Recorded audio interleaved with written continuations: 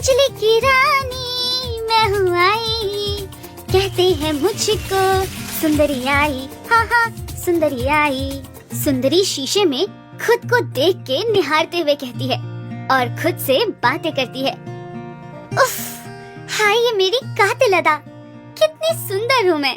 ऊपर वाले ने बड़ी ही फुर्सत से बनाया है मुझे। दरअसल सुंदरी एक बहुत बड़े सेठ की इकलौती औलाद होती है। उसके आगे पीछे 10-10 नौकरानियां घूमती है। जमीन पे भी उसके पैर पड़ने नहीं देती। सुंदरी को अपने रंग रूप पे बड़ा ही घमंड होता है। वो सोचती है पूरी दुनिया में उसके जैसा कोई भी सुंदर नहीं है। फुल्की, अरे ओ फुल्की, कहाँ मर गई तुम? क्या तुम्हें पता नहीं, जब मैं सुबह उठूं मेरी चप्पल सामने होनी चाहिए। अब मेरी चप्पल नहीं मिल रही, मेरे पैर गंदे हो जाएंगे। माफ करना मालकिन, ये रही आपकी चप्पल। सुंदरी के माता पिता को बहुत दुख होता है सुंदरी के स्वभाव से। सुंदरी की माँ, मुझे बहुत टेंशन होती है हमारी बेटी के स्वभाव से। कल को इसकी शादी होनी है, क्या ससुराल में भी ये यही करेगी? पर इसमें इसकी कोई गलती नहीं है, गलती हमारी है। बचपन से ही हमने उसे जरूरत से ज्यादा सुविधाएं दी, जिसका वो गलत फायदा उठा रही है। आप सही कह रहे हैं जी, उसकी शादी की उम्र भी हो गई है और शादी के लिए मानती भी तो नहीं वो। अच्छे से अच्छे रिश्ते का मजाक बना के भगा देती है। देखो सुंदरी की माँ, आज तक जो हुआ सो हुआ, पर अब ये सब नहीं चलेगा। शादी के लिए उसे हाँ करनी ही होगी। आज शाम को एक बहुत अच्छे घर से रिश्ता आने वाला है सुंदरी को देखने, तुम उसे मना लो। मैं कोशिश करती हूँ जी उसे मनाने की। सुंदरी अपनी सहेलियों से मिलने जाती है। वो पूरा दिन अपनी सहेलियों के साथ बिताती, मौज मस्ती करती। अच्छा, शाम होने को आई है, अब मैं चलती हूँ। सुंदरी, तुम हमेशा जब भी बाहर निकलती हो तो छाता क्यों लाती हो? अरे मूर्ख, छाता नहीं लाऊंगी तो तुम जैसी काली और बदसूरत ना हो जाऊंगी। हाँ, ऐसे ही थोड़े लोग मुझे रूप की रानी कहते हैं। हाँ। सुंदरी अपनी सहेली को नीचा दिखाकर गुनगुनाती हुई घर चली जाती है। बिजली की रानी मैं हूँ आई, कहते हैं मुझको सुंदरी आई, हाँ हाँ सुंदरी आई। जब घर पहुँचती है तो उसकी माँ उससे कहती है, बेटी कहाँ रह गई थी तू? क्यों माँ, कौन सी आफत आ पड़ी अब? जा जल्दी से तैयार होकर आ जा, तेरे बाबा के साथ तुझे देखने रिश्ते वाले आ रहे हैं। क्या माँ, आपको कितनी बार कहा है मेरी शादी का ना सोचा करो। मैं इतनी सुंदर हूँ कि मुझे अपने आप लड़का मिल जाएगा। अरे फिर भी एक बार देख तो ले। सुंदरी गुस्से में लाल पीली होकर कहती है, हाँ, आने तो दो, कौन आता है देखने, कौन मेरी खूबसूरती के आगे टिक पाता है। ऐसी बेइज्जती करके भगाऊंगी ना, याद रखेगा। थोड़ी देर बाद मेहमान आते हैं। घर वाले उनकी खातिरदारी में लग जाते हैं। सुंदरी को देखने जो चूहा आया था वो जरा सा मोटा था। क्या पिताजी, मैं कहाँ और ये कहाँ? ये आपको कहाँ से मेरे बराबर का लगता है? ये तो आटे की बोरी जैसा दिखता है। इस तरह सुंदरी मेहमानों की बेइज्जती करके भगा देती है। उसके माता पिता सुंदरी के किए पे बहुत दुखी होते हैं, पर सुंदरी के आगे किसी की न चलती। कुछ दिनों बाद फिर से सुंदरी के लिए एक बहुत अच्छे घर से रिश्ता आता है। सुंदरी का पिता इस बार इस रिश्ते को किसी भी हाल में नहीं गंवाना चाहता था, इसलिए वो सुंदरी से खुद बात करता है। देख बेटी, इस बार मेरी नाक मत कटवाना, रिश्ता बहुत बड़े और अच्छे घर से है। ऐसे रिश्ते बार बार नहीं मिलते। इस बार कोई गड़बड़ मत करना, और अगर इस बार कुछ ऐसा किया तो उसकी तुम्हें बहुत बड़ी सजा मिलेगी।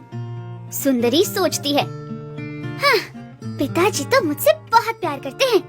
आज तक बचपन से ऊंची आवाज में बात नहीं की तो सजा खाक देंगे। हाँ। घर में फिर से मेहमान आते हैं। चूहा सुंदरी को देख के पसंद कर लेता है, पर सुंदरी, क्या पिताजी, आप भी मेरे लिए कैसे कैसे रिश्ते लेकर आते हैं? कोई ढंग का होता तो मान भी जाती। इसकी दाढ़ी देखी आपने, जैसे मुंह पे घास उगाई हो। ये कहते हुए सुंदरी उनका मजाक बनाती है। मेहमानों की इतनी बेइज्जती होने के बाद वो वहाँ से चले जाते हैं और सुंदरी के पिता को बहुत गुस्सा आता है। सुंदरी, तूने मुझे बहुत अपमानित किया आज फिर से। मैंने तुम्हें कहा था ना कि तुम्हें आखिरी मौका दिया है मैंने। अब मैं तुम्हारे लिए कोई अच्छा रिश्ता नहीं बल्कि किसी भिखारी से तुम्हारी शादी करवाऊंगा और यही तुम्हारी सजा है। थोड़ी देर बाद एक भिखारी टफली बजाता हुआ गाना गाता हुआ घर के बाहर से जा रहा था। उड़ जा काले कावा तेरे मुंह विच खंड पावा। सुंदरी के पिता को उसकी आवाज बहुत अच्छी लगती है। घर के नौकर से बोल के उस भिखारी को अंदर बुलवाकर गाना गवाया जाता है। वाह, तुम्हारी आवाज तो जादू है। बहुत अच्छी आवाज है तुम्हारी। मालिक, अब मुझे कोई इनाम दीजिए, मैंने आपको गाना सुनाया। हाँ, मैं तुम्हें इनाम दूंगा और इनाम के तौर पे मैं तुम्हारी शादी अपनी बेटी से अभी के अभी करवाऊंगा।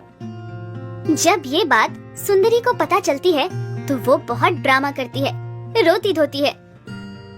पिताजी, ये आप क्या कर रहे हैं? इस भिखारी के साथ मेरी शादी करवा रहे हैं।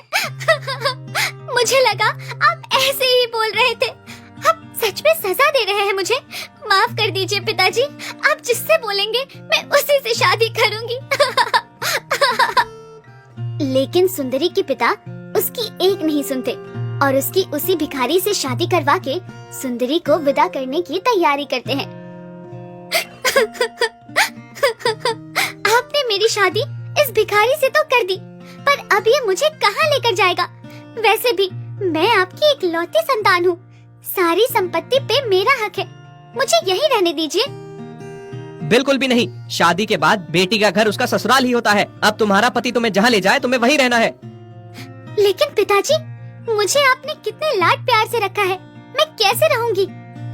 ये तुम्हारी दिक्कत है। अब जाओ अपने पति के साथ। हमारा फर्ज यहीं तक था। तुम अपने कपड़ों की गठरी भी ले लो, वहाँ जाके क्या पहनोगी? सुंदरी ने कभी कुछ काम न किया था। आज वो अपने कपड़ों की गठरी सिर पे उठा के जा रही थी। हाँ, हम क्या पैदल जा रहे हैं? गड्डी कहाँ है? तुम क्या मजाक कर रही हो? मैं भिखारी हूँ, मेरे पास गाड़ी नहीं है और अब तुम्हें भी मेरे साथ पैदल चलने की आदत डालनी होगी। और अब जल्दी चलो, शाम हो जाएगी घर पहुँचते पहुँचते। बहुत चलने के बाद सुंदरी थक चुकी थी। उफ, मैं थक गई हूँ अब, और कितना चलना है? थोड़ी देर बाद एक झोपड़ी दिखती है और भिखारी सुंदरी से कहता है, ये है मेरा घर। क्या ये झोपड़ी तुम्हारा घर है? ऐसे घर में तो मेरे नौकर भी नहीं रहते। अब तो तुम्हें यही रहना है, तुम चाहो या ना चाहो। सुंदरी रोने लगती है अपनी किस्मत पे। तभी उसे झोपड़ी के सामने एक महल दिखता है। अरे, ये महल किसका है? ये उसी का महल है जिसकी दाढ़ी का तुमने मजाक उड़ाया था। सुंदरी अपनी किस्मत को कोसती हुई कहती है, मैंने कितनी बड़ी गलती की। नहीं तो इस झोपड़ी के बदले में आज इस महल में होती, मेरी शादी इस महल में होती। अच्छा, बहुत भूख लगी है, अब जल्दी से चूल्हे में आग जला के खाना बनाओ मेरे लिए। खाना? मुझे खाना बनाना नहीं आता, मैंने कभी काम नहीं किया। काम नहीं किया तो करना होगा, मैं तुम्हारा पति हूँ और तुम्हें मेरे लिए खाना बनाना होगा। भिखारी सुंदरी के साथ उसकी मदद करके खाना बनवाता है। ऐसे ही थोड़े दिनों में सुंदरी खाना बनाना सीख जाती है और कुछ दिनों में भिखारी अपनी पत्नी से कहता है कि जो कुछ उसने भीख में लाया था वो सब अब खत्म हो चुका है। अब उसे भी उसके साथ काम में हाथ बटाना होगा। वो कहता है वो उसके लिए जंगल से बांस की लकड़ी काट के लाएगा और वो उसकी टोकरियां बनाएगी। फिर वो उन टोकरियों को बेचेगा। पर मुझे टोकरी बनानी नहीं आती। नहीं आती तो सीखो। इस तरह से सुंदरी टोकरियां बनाती है और उसकी उंगली बुरी तरह जख्मी हो जाती है। तुमसे ये काम भी नहीं होगा। ऐसा करता हूँ, मैं मिट्टी के बर्तन ले आता हूँ, तुम शहर जाकर उन्हें बेचो। सुंदरी से उसका पति हर वो काम करवाता है जो उसने कभी नहीं किया होता और अब सुंदरी को इस बात की चिंता थी कि मैं मिट्टी के बर्तन बेचने जाऊंगी तो मुझे कोई पहचान न ले और मेरा मजाक न उड़ाए। फिर वो अपने चेहरे को ढक के बर्तन बेचने लगती है। ऐसे ही कुछ दिन बाद भूखी प्यासी सुंदरी के सिर से बर्तन गिर जाते हैं और टूट जाते हैं। जब वो घर आती है तो उसका पति गुस्सा करते हुए कहता है, तुमसे तो कोई काम नहीं होता। चलो एक बात है, खाना बनाना अच्छा सीख गई हो, मैं तुम्हारी बात सामने महल में करता हूँ, शायद मालिक तुम्हें काम दे दे। ठीक है, जैसा आप कहें। इसी तरह सुंदरी महल में बावर्ची का काम करने लगी और सबके खाने के बाद जो खाना बच जाता उसे अपने और अपने पति के लिए घर ले आती। और फिर थोड़े दिन बाद महल में सजावट हो रही थी। बहुत सारे पकवान बने हुए थे। लगता है महल में किसी की शादी होने जा रही है। बड़े दिनों बाद ऐसा नजारा देखने को मिल रहा है। इतने सारे पकवान सुंदरी ने बहुत दिनों बाद देखे थे। वो थोड़े से गुलाब जामुन कटोरी में लेकर छुपा के घर ले जाती है। तभी वहाँ उस घर का दाढ़ी वाला राजकुमार आ जाता है और सुंदरी का हाथ पकड़ लेता है। सुंदरी को लगता है कि राजकुमार ने कटोरी देख ली शायद। मुझे माफ कर दीजिए राजकुमार, मैं चोर नहीं हूँ, मुझे जाने दीजिए।